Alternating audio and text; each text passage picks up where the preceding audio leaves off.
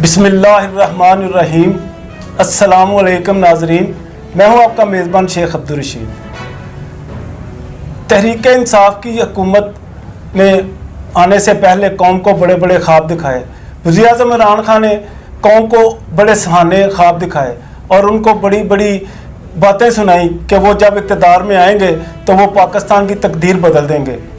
उन्होंने एक वादा भी किया था बल्दियाती अदारों के हवाले से कि वो बल्दियाती अदारों को मजबूत करेंगे, लेकिन उन्होंने हुकूमत में आने के बाद जो सबसे पहला काम किया उन्होंने बल्दियाती अदारों को ख़त्म किया, जिससे आवाम को सख्त मुश्किलात का सामना करना पड़ा। तहसील लेवल पे हो, ज़िले लेवल पे हो, लाहौर जैसे शहरों में भी गंदगी के ढेर और सीवरेज का निज़ाम ख़त्म होकर रह गया और लोग गंदगी में ज़िंदगी गुजारने पर मजबूर हो गए। जब से बल्दियाती सुप्रीम कोर्ट के हुक्म से बहाल हुए हैं, शहरों में सफाई का निज़ाम कुछ बेहतर होना शुरू हो गया। आज इस हवाले से बात करेंगे हम चेयरमैन बल्दिया कामों के चौधरी सज्जाद अहमद खान से। उनसे जानेंगे कि उन्होंने चेयरमैनशिप की बहाली के बाद उन्होंने शहर के हालात का जायज़ा लिया होगा और क्या देखा, क्या उन्होंने महसूस किया कि शहर कितना गंदा हुआ और इसके लिए उन्होंने अब तक क्या इक़दाम किए हैं। जी चौधरी साहब। जी बहुत शुक्रिया। मैं सबसे पहले सुप्रीम कोर्ट ऑफ पाकिस्तान का शुक्रिया अदा करता हूँ कि उन्होंने एक गैर कानूनी और गैर आइनी इक़दाम को ख़त्म किया और बल्दियाती अदारों को बहाल किया।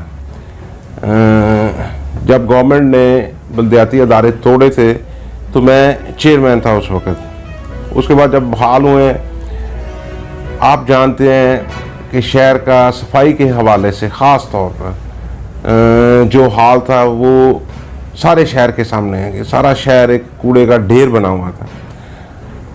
अब इंशाअल्लाह ताला हम हंगामी तौर पे सफाई का हमने शुरू किया है हर तरफ, और उम्मीद है कि इंशाअल्लाह ताला 10 दिन के अंदर अंदर हम पिछला जितना भी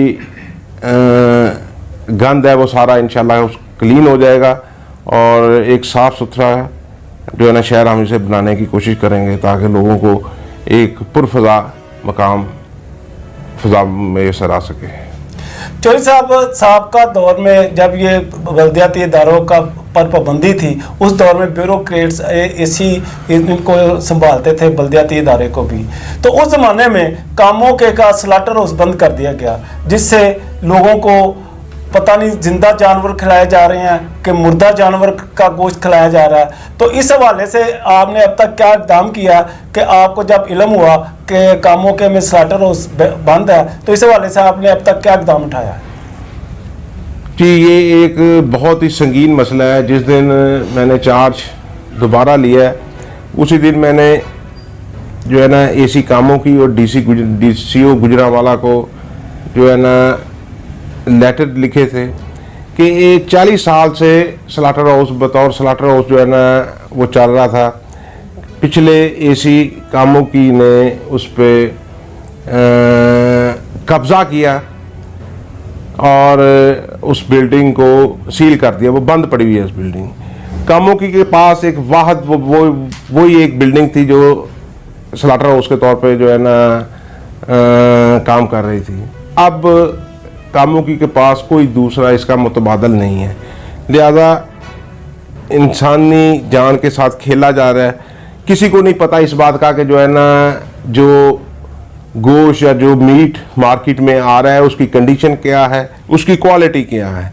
लिहाजा मैं पुरजोर अपील करता हूँ हुकाम से कि इस मसले को फौरी तौर पे टेकअप करना चाहिए ताकि कामों की आवाम की जानों से ना खेला जाए। अगर जगह उनकी है भी तो इसका एक कानूनी तरीका है कि वो अदारे को नोटिस करते ताकि जो है ना अदारा जो है ना मुकर्ररा टाइम में एक उसका कोई मुतबादल जो है ना बिल्डिंग बना सकता है।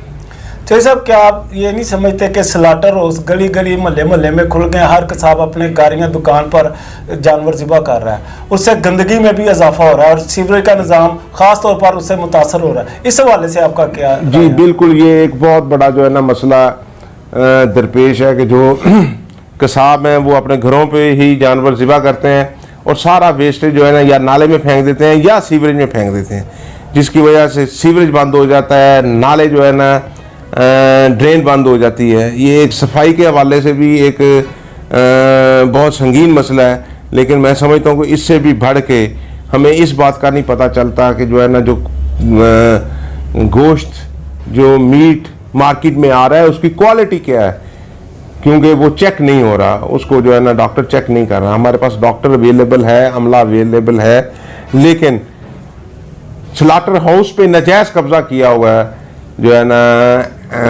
एसी ऑफिस ने।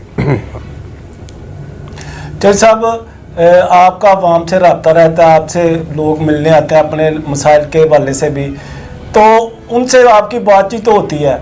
तो जो अवाम है जो इस वक्त महंगाई की चक्की में पीस रहे हैं, उनके इस हवाले से आपके साथ अपने दुख शेयर किए हैं, इस हवाले से बताएंगे कि पाकिस्तान के अवाम जो इस वक्त महंगाई की चक्की में पीस रहे हैं वो किस हद तक इसको सह रहे हैं? जी बिल्कुल, हम चूँकि यहाँ पे रहते हैं, लोगों के बीच में रहते हैं, रोज़ हमारे जो जानने वाले हैं, जो मिलने वाले हैं, दोस्त अहबाब हैं, वो रोज़ाना जो है ना इन जो है ना मसाइब का सामना करते हैं। और ये हकीकत है कि जो है ना आज के इस दौर में जो है ना जिस आदमी की 20-22 हज़ार या 25 हज़ार रुपया तनख्वाह है तो उसका गुजारा नहीं हो रहा। आप घी की कीमत देख लें, आप बिजली का बिल देख लें, आप सुई गैस का बिल देख लें, आप यूटिलिटी स्टोर की आइटम्स की कीमत देख लें, गुजारा बेहद जो है ना मुश्किल है एक शरीफ आदमी का।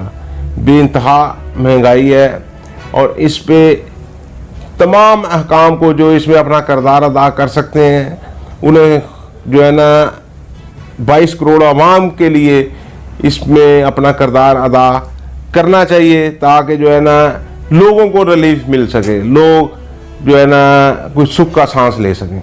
तो साहब, एक तरफ महंगाई तो कुछ आलमी हालात की वजह से भी है, लेकिन पाकिस्तान में महंगाई उन हालात से ज़्यादा कर दी गई है। हर बंदा बेलगाम होके महंगाई कर रहा है।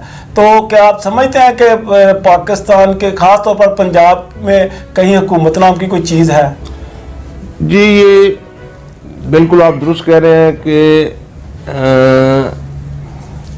कोविड की वजह से बिल्कुल फ़र्क पड़ा है, लेकिन इतना नहीं पड़ा जितना पाकिस्तान में जो है ना जितनी महंगाई है। जी बिल्कुल, अगर गवर्नेंस में मसाइल हों, अगर चेक एंड बैलेंस में मसला हो तो ये सारी चीज़ें जो है ना दोगुना हो जाती हैं। और इन सारी चीज़ों से जो है ना पाकिस्तान की अवाम हर रोज़ गुज़रते हैं। हर रोज़ जो है ना लोगों ने अपने बच्चे स्कूल से उठवा लिए हैं, लोग अपने बच्चों की फीसें तक नहीं दे पा रहे। ये सूरत हाल है महंगाई की, और एक आम आदमी की ज़िंदगी में इस महंगाई का क्या असर है? शाहिद साहब, ये बताएं कि पाकिस्तान की जो मौजूदा हुकूमत है इससे अवाम तो तंग आ गए हैं। ख़ास तौर पर पंजाब के जो वज़ीर आला, जिन्हें गुज़श्ता दिनों वज़ीर आज़म पाकिस्तान ने कहा था कि इन जैसा पहला कोई वज़ीर आला नहीं आया, तो अवाम तो उनसे उस्मान बुज़दार से बहुत ज़्यादा बेजार है। तो आप क्या समझते हैं कि क्या वाकई उस्मान बुज़दार की ऐसी कारकर्दगी है जो जिस पर फ़ख्र किया जा सके? जी मैं समझता हूँ कि आप तीन चीज़ें ले लें, आप डॉलर का रेट ले लें, आप पेट्रोल का रेट ले लें, और आप जो है ना घी की कीमत देख लें। पाकिस्तान की तारीख में ये तीनों चीज़ें आज जिस सतह पे हैं कभी नहीं गई। और मैं समझता हूँ कि ये जो है ना किसी की भी कारकर्दगी दिखाने के लिए यही चीज़ काफ़ी है कि जो है ना लोग खुश हैं या नहीं हैं। आप बेहतर जानते हैं कि जो महंगाई की वजह से जो सूरत हाल हुई है, अगर गवर्नेंस बेहतर हो, अगर चीफ मिनिस्टर हुकूमत बेहतर काम कर रही हो तो उसका लाजमी तौर पे जो है ना उसका रिज़ल्ट बेहतर आना चाहिए, उसका फ़ायदा लोगों को होना चाहिए। क्योंकि कोई भी जो सिस्टम है वो सिस्टम लोगों के लिए है।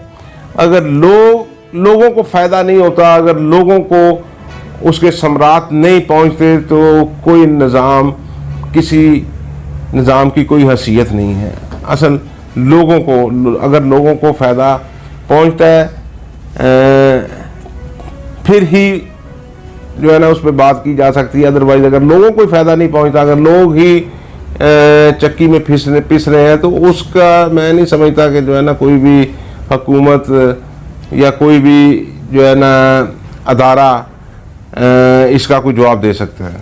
चलिए साहब, इस मौका पर आप अपने हल्का के अवाम को कोई पैगाम देना चाहेंगे?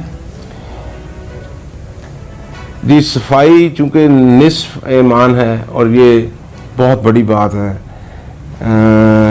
सफाई कोई अदारा, कोई टीएमए, कोई मेट्रोपॉलिटन जो है ना आपको जो है ना साफ सुथरा जो है ना शहर नहीं दे सकती जब तक आप खुद उनके साथ नहीं मिलकर काम करेंगे। और हमारे लिए, हमारे बच्चों के लिए जो है ना जो आज हम करेंगे, जो आज हम हमारी आदत हैं, वही हमारे बच्चों में कन्वर्ट कल को होंगी। लिहाजा इस पे ख़ास तौर पे हमें इसका ख्याल करना चाहिए कि जैसे हम अपना घर को साफ़ रखते हैं, इसी तरह हम अपनी गली को भी साफ़ रखें। अगर हम अपनी गली को साफ़ रखेंगे तो शहर अल्लाह के फजल से खुद ब खुद जो है ना साफ़ होना शुरू हो जाएंगे। और मेरी तवक्को है कि इंशाल्लाह जो है ना जब तक ये हम मिल के नहीं करेंगे तो जो हमें तवक्को है या जो जिस किस्म का सफाई का मेयार हम देखना चाहते हैं वो ऐसे मुमकिन नहीं है। ये मिल के ही हम इस टारगेट को अचीव कर सकते हैं